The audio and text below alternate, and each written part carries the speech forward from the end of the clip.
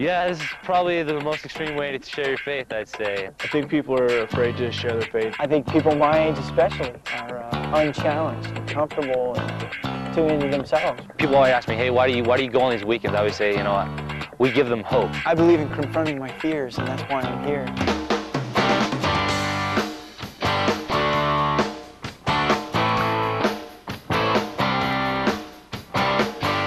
I got involved doing prison ministries with my father-in-law. He started doing it and it changed his life. And he asked me if I'd go one time. And I said, I'll give it a try.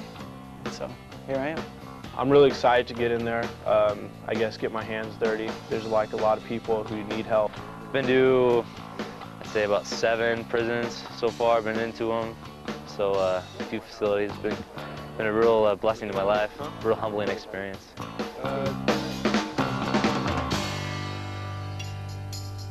I still get nervous driving over here. I still had butterflies in my stomach, you know, just everybody does, I think. This is one of the hardcore places. I don't know how they're gonna feel with us in there. And we're getting ready to head into San Quentin State Penitentiary. I'd never been inside of prison walls.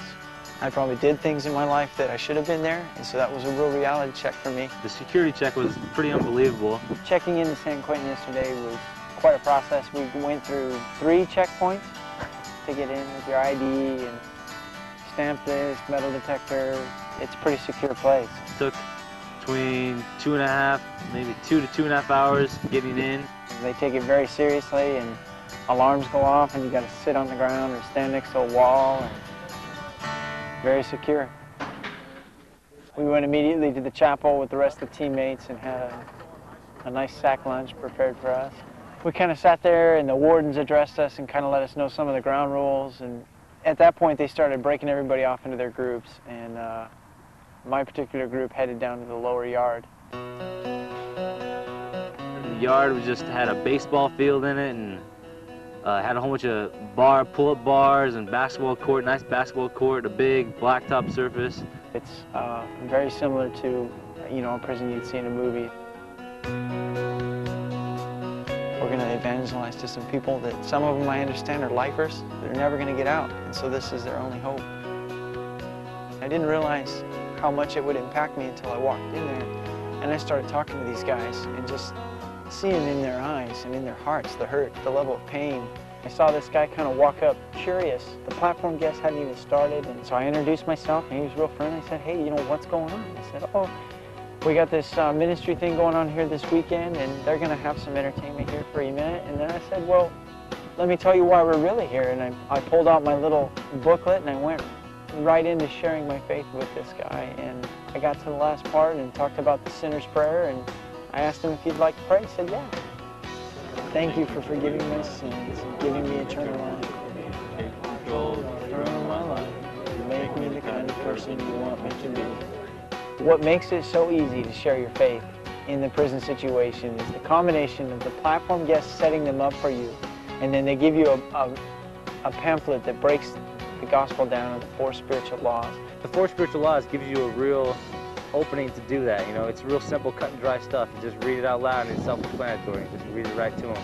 And by the end, it spelled the whole message out. We're just about to kick off the platform speaker over here, and already, you know, our teammates are out here winning souls for Christ. It's awesome. Let's give a big, warm California welcome to Mr. Keith Davis. I think bringing in the talent, so to speak, helps tremendously with the prisoners, because they already have the respect. They have their status as a celebrity or a singer or their talent, whatever that is they can do. The inmates just go crazy. They don't have anything like this. No one comes in with pro athletes and football players and just awesome guitar players and just amazing people.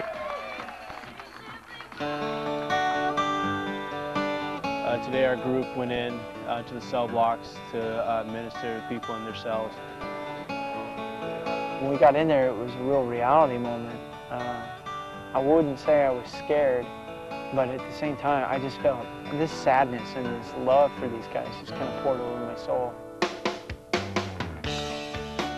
I feel so bad because I was thinking, I don't know how the prisoners they are feeling. They look as we are free and they are in there. They want the freedom that we have. I had this opportunity to meet this one guy. I could just tell by the first word he spoke that he was just like, he had this brokenness about him, you know? A lot of the guys wanted a better relationship with the Lord. This is where it's needed. These guys are ready. We're just trying to let you guys know that the Lord loves you. So your name is? My name's Chris. Chris Chris. Poe. Oh, Chris, like a Christian. Yeah. All right. Yeah, there you go. Let's give it up for one of the NFL's greatest pros, Mr. Bill Glass. Yeah. From the Cleveland Browns, all right? Bill Glass was the founder of this prison ministry in 1972. Getting to talk to Bill Glass was a lot of fun. He's just a neat guy. He's got a real gentle way of challenging people. Bill has just been inspiration in every way to me. I just see him as one of the leading role models to me and to many others around the ministry. Anybody will tell you Bill's one of the, I don't know, greatest men I've ever met. There are two types of inmates in prison. There are those that give up, and there are those that say, I'm going to prove that I can make something worthwhile of my life. You get to the end of your rope, you tie a knot and hang on. Never, never, never give up. A lot of people have the misconception about inmates, about, you know, how they're just savages and just, you know, bloodthirsty human beings and cannibals, but, you know, they're not, you know. I just see them, I go in there and I see my neighbor. The personal battle is to really convey that, you know, I'm no different than you in God's eyes, and that's what matters is God, and the fact that He loves me and He loves you just the same. People inside the prison, they're just people.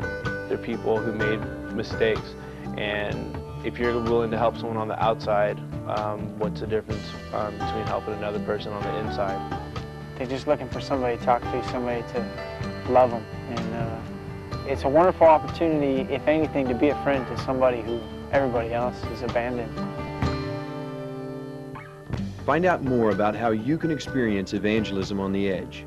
Online information and applications are available now for men and women ages 18 and older at www.lifechampions.org, or you can receive this information by mail by calling 972-298-1101. You come to these things and you go home and you're a better evangelist because you get more comfortable sharing your faith.